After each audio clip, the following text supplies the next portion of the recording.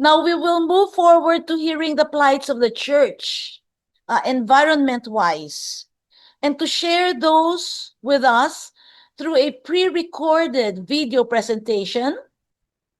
Let me introduce to you the Diocesan Program Coordinator of the Diocese of Greater Manila Area and the Parish Priest of the Holy Cross in UP Diliman, Father Jonito Cabillas. So we will have his recorded message. Take it away.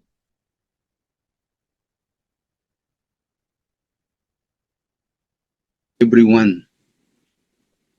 My topic is environmental concerns of the church for 2026.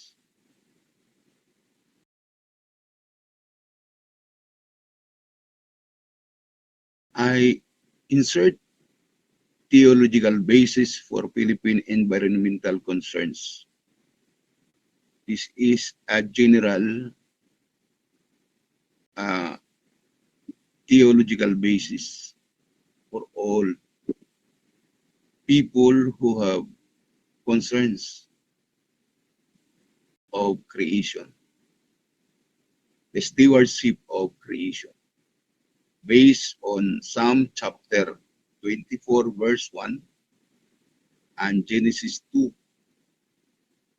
chapter 2, verse 15. Psalm 24 says, "The earth is the Lord's and everything in it, the world and all its people belong to Him." And Genesis 2, verse 15, "The Lord God placed the human in the Garden of Eden to tend and watch over it."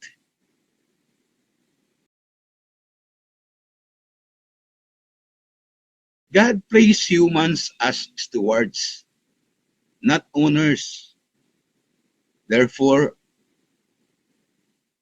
they are accountable to God for creation. All creation belongs to God, making its care a sacred duty.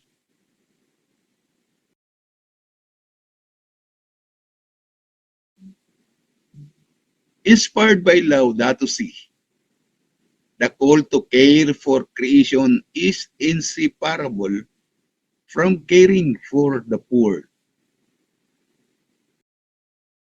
Environmental destruction, like mining, deforestation, ecotourism, building of dams, corruption in infrastructures, directly impacts the poor, making ecology a human rights issue.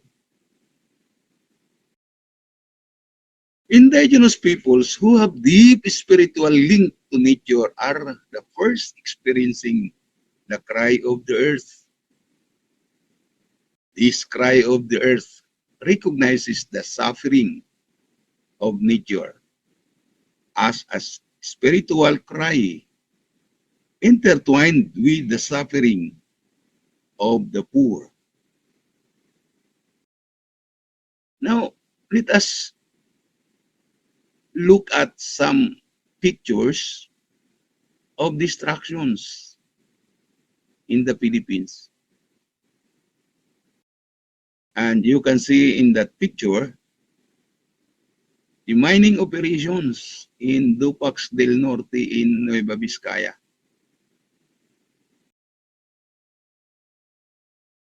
Then the building of Kaliwa Dam in Sierra Madre or in Eastern Rizal.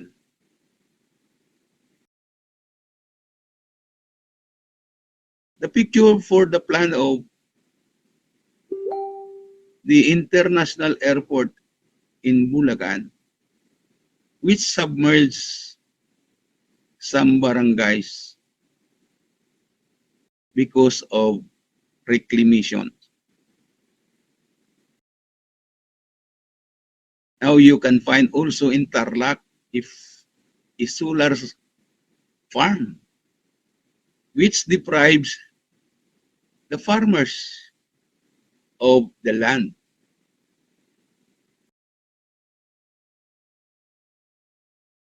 The famous flood control projects,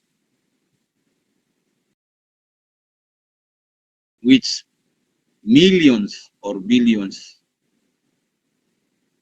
are wasted. There is also a plan in Nabutas for reclamation, which also affect the people of Nabutas and nearby towns or barangays. And also the Manila Bay reclamation, which also affect Manila's nearby dwellers, and also the flooding in on the streets in Manila.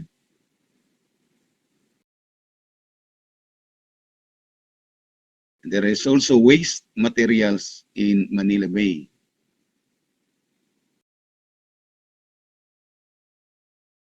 The famous quarrying operations in Montalban, Rizal. Of course, the reported flood control projects in Oriental Mindoro.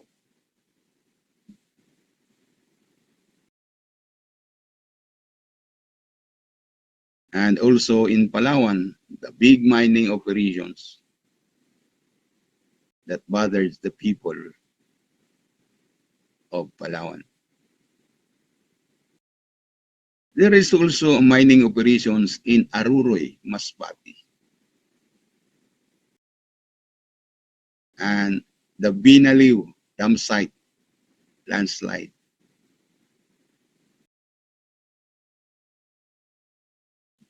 The Trans Central Highway of Cebu also caused distractions.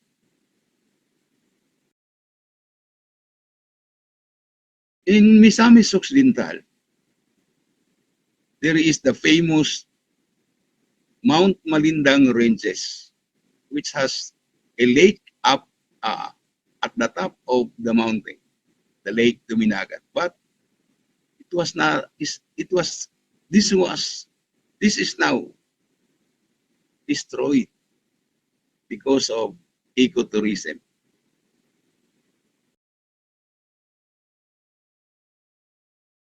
You can find also mining operations in Surigao,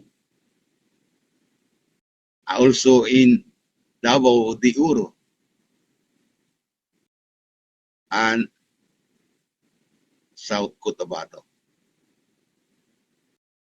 Pictures that move us to think of priorities in the future. And we also think of helping people, guiding people, or joining with the people in facing these challenges for 2026. So, environmental concerns of the church for 2026 must be linked with the aspirations of the people. And as a church,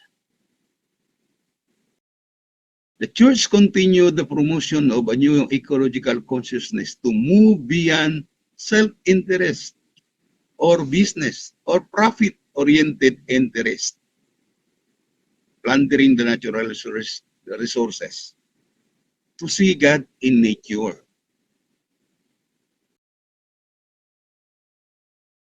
God must be the first to provide the people with education, to be conscious of God in nature is to struggle beyond self-interest. Number two, steadfastly call for repealing of the Mining Act of 1995. Mining Act of 1995 provided mining companies to operate with open pit mining.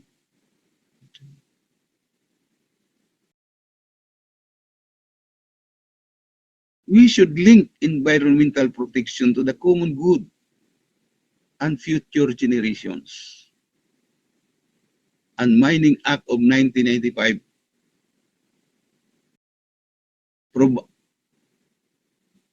provided mining corporations in destroying our natural resources.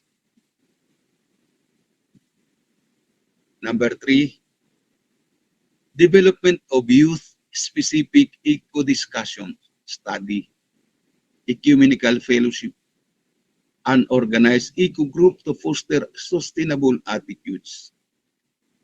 The youth must be prepared in their participation in ecological and environmental concerns.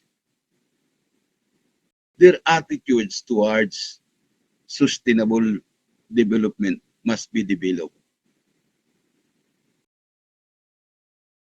Number four, faith-based communities continue in engaging in sustainable and organic agriculture. Organic means do away chemicals and other products that destroy the soil. Advocating for pro-people renewable energy. We support renewable energy, solar system, windmills, but it should be pro-people oriented. It should not be for profit or business interest. And addressing local environmental distractions like floods, soil erosions, irresponsible waste disposals. We can participate in the community to address these problems. Number five, practice waste segregation at home. We can do more at home, even in segregate our waste materials. Then demand separate collection of waste materials. It is the work of the local government units. So we hold local government units accountable for this. Shift budgets from dumping of waste materials to education. Educate the people. Then stop corruption in flood control and other infrastructure projects.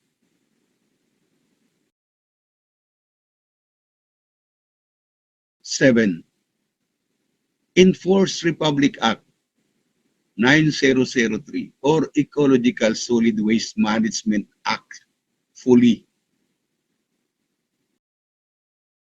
Close unsanitary landfills, which are the dumping areas of mixed, biodegradable, recyclable, toxic, and industrial, and even medical waste. That is the picture of the Cebu landfill landslide. There are many mixed materials in that dam sites. 8, demand on the government to stop approving projects that violate environmental laws. Laws that protect the mountains must be enforced, and stop ecotourism and even farm to market roads projects that distract the natural parks of our environment. 9, join in the struggle of the people against destructive minings. Destructive minings meaning we cannot stop mining per se, but destructive minings like open pit mining must be stopped. And fight for the broader cause of environmental and social justice. If the people are deprived of the land, of the resources,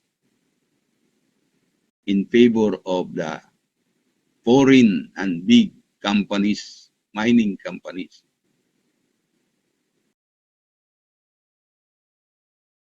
people must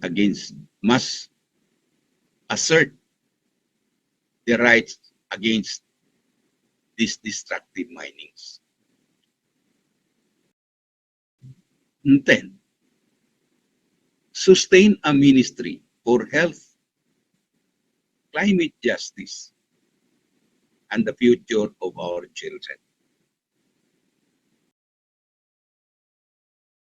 Thank you.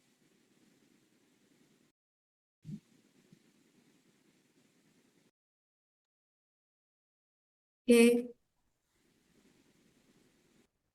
Okay, thank you very much, Father Dionito Cabillas.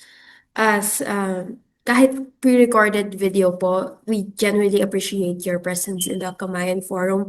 I think it is so important to reground ourselves spiritually, when addressing environmental concerns. And as Father has expressed, environmental care is inseparable from the suffering of the poor or from human rights as a whole.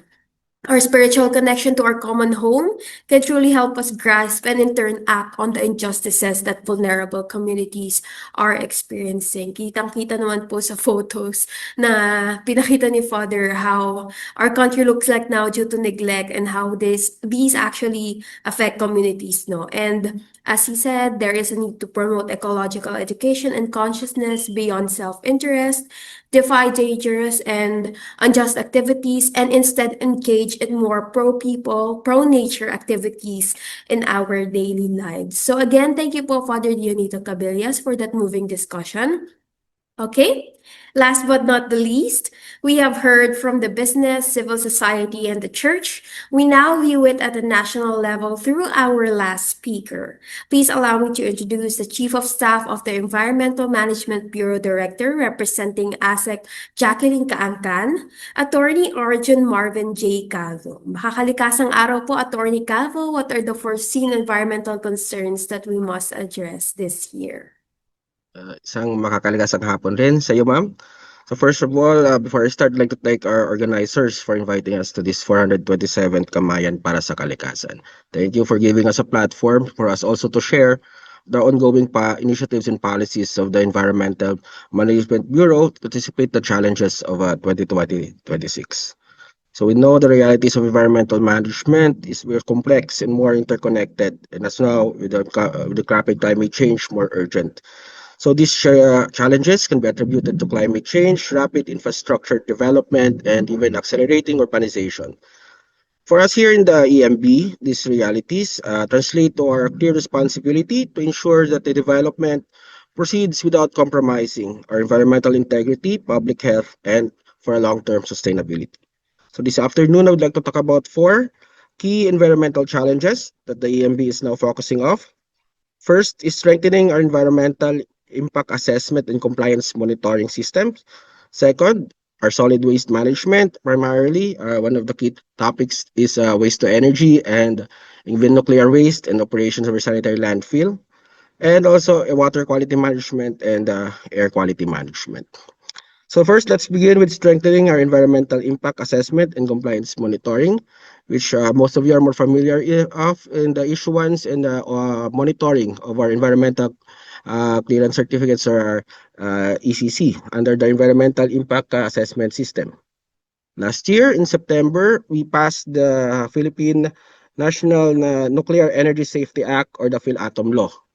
So this act provides us with a framework for nuclear energy while requiring to have a safe, secure, and use and exclusively for peaceful uh, purposes. So given the complex and sensitive nature of nuclear projects, the EMB is now currently formulating the specialized guidelines for the environmental compliance certificate applications for our nuclear facilities. With this, we want to fully integrate PhilAtom safety standards in the Philippine Environmental Impact Statement System, ensuring that environmental safeguards are in place and to keep pace with our emerging technologies. Second, one of the key issues also is in reclamation projects, particularly in Manila Bay. So the department has already conducted the cumulative impact assessment of high-risk projects in Manila Bay, allowing us to assess not just the individual projects, but the combined and long-term environmental footprint of these multiple reclamation and development activities and as an essential step for science-based decision making. We have already presented the results of the cumulative impact assessment and we'll be also discussing it individually with their project proponents to discuss how the CIA will be integrated in their project implementation. We also need to define our EIA thresholds and technical standards, particularly in our housing projects, flood control, infrastructures, and mining quarrying operations. Right now, we are reviewing our EIA thresholds in order to ensure that these projects will be properly assessed and identify their environmental impacts.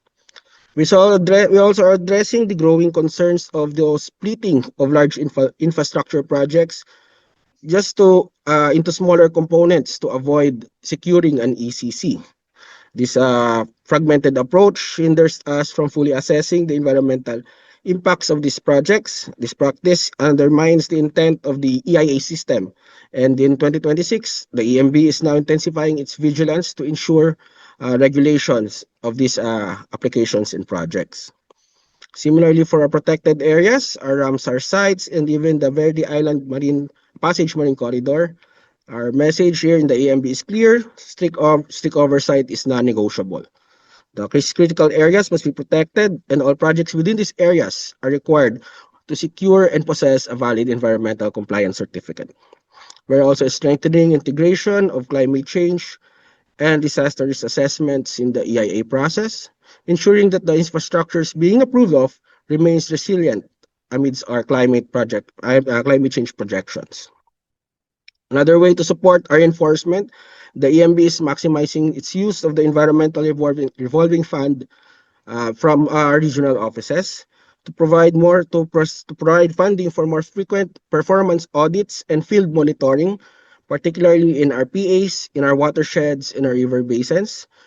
This also will supplement our compliance monitoring for those projects securing CNCs. So we could validate it if the CNC issued is truly applicable for such project, or if they are just fragmenting it into smaller projects just to circumvent the requirement of our EIA system. So the RF will be used to supplement all our monitoring and enforcement activities, even providing legal support to ensure that our EIA system is being complied with. Another very pressing issue just recently is our issues in solid waste management. I agree with Sir JL that there's the implementation of RA 9003 despite having a strong legal framework, still have gaps in its implementations. As of 2025, only about 58% of our LGUs are being served by sanitary landfills, and many still rely on controlled dumping. Even our existing SLFs also face the challenges of its implementation, particularly in overcapacity, operational issues, leachate management, and weak post-closure monitoring and even rehabilitation. So for 2026, the EMB is now focusing on increasing the number of SLFs, but more importantly, ensure that our existing SLFs comply with our environmental standards. This includes proper leachate treatment, landfill gas management. As we know, SLFs generate greenhouse gases, groundwater monitoring from our leachates, and we also want to strengthen waste segregation and reviving our non-operational material recovery facilities. This is critical in increasing lifespan of our SLFs and ensure that waste recovery and waste reduction are being implemented in the local level. In response to the growing sanitary landfills that are reaching, the growing number of the landfills that are reaching their maximum capacity and the high volume waste being generated in our community, one of the possible alternatives is waste to energy technologies is already being considered. When in 2019 we have issued the Administrative Order 2019-21. This is a policy framework governing the establishment and operation of waste to energy facilities consistent with the Ecological Solid Waste Management Act and other environmental laws. It want to be clarified that under 2018-21, waste to energy is not a substitute for waste reduction, reuse, or recycling, or even effectively managing our sanitary landfills. Instead, this waste to energy is allowed under strict conditions with clear environmental safeguards, technology standards, and compliance with emission limits. We are also providing technical assistance in the upcoming drafting of the waste to energy bill to ensure that environmental impacts are being considered in the decision-making process. So further operationalize this framework, the DNR through the EMB is prioritizing the finalization of the proposed joint administrative order that will provide a more detailed guidelines for waste to energy facilities using combustion technologies, including clear criteria for site identification and identifying environmental performance standards. We also want to assure the public that the EMB laboratory is fully capable of analyzing dioxins and furans. These are one of major emissions from waste to energy operations. You want to ensure that their generation is up to standards. For water quality degradation, one of their issues and concerns is the impact of to our rivers, coastal waters, and groundwater systems. Many of our water bodies are now under stress due to untreated domestic wastewater, industrial discharges, agricultural runoffs, and leachates from poorly managed dump sites and sanitary landfill. This problem is particularly evident in highly urbanized areas. This includes including the water levels in Manila Bay, Pasig River, and other major river systems nationwide.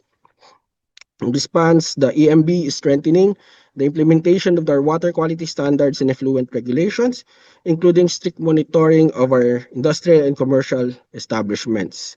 Another upcoming or ongoing activity is strengthening the roles of our water quality management areas, particularly its governing board, to promote coordinated basin-wide approaches for pollution control. For 2026, EMB will intensify its efforts to improve wastewater treatment compliance, particularly in LGUs and economic zones, to ensure water quality monitoring, both in field sampling and laboratory analysis. These measures are essential for environmental protection and protection of public health, food security, and climate resilience. Finally, in terms of air quality management, our EMB data for the past years consistently shows that the vehicle emissions are the leading source of air pollution. While progress has been made, emissions from the transport sector continue to pose serious public health risk. In response, the EMB is advocating the transition to Euro 5, Euro V or Euro 5 fuel and vehicle standards, which can reduce particulate emissions by as low as 95%. In closing, the environmental challenges of 2026, even at the early January of 2026, as we demand strong and decisive leadership science-based policies, importantly, vigilant enforcement and collective action.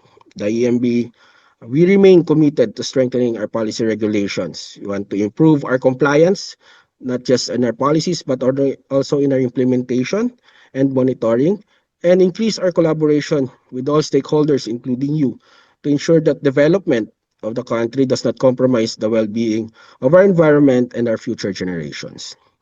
Environmental protection is not just our responsibility of the government alone, it is our shared obligation. So as we move forward, we stand ready to do our part, and I hope to encourage everyone to help us find solutions and move from awareness to action. That is all for EMV. Thank you very much for giving us this opportunity, and maraming salamat po. Okay, thank you very much, Attorney Calvo.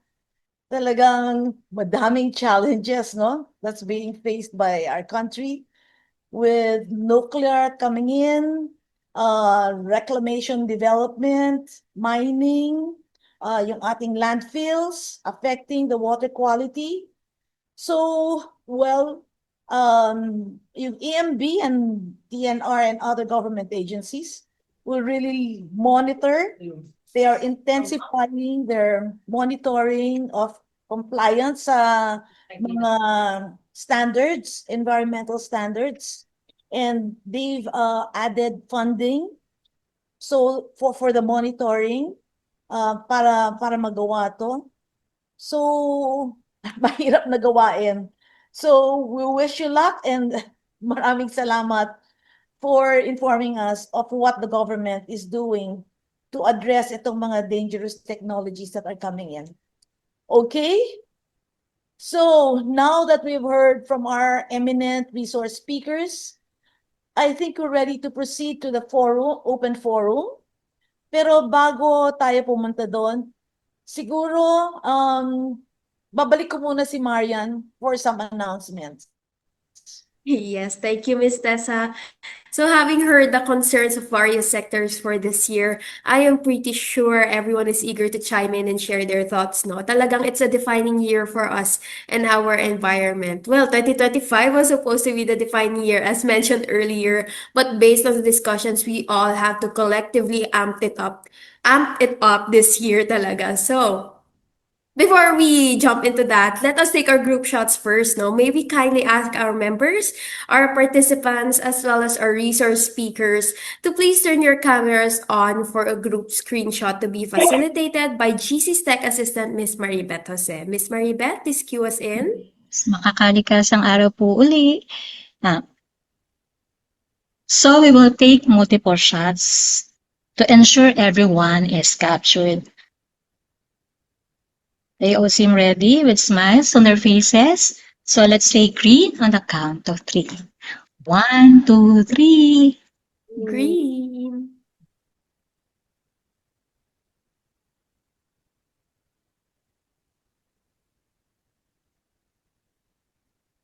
Last shot. Thank you po.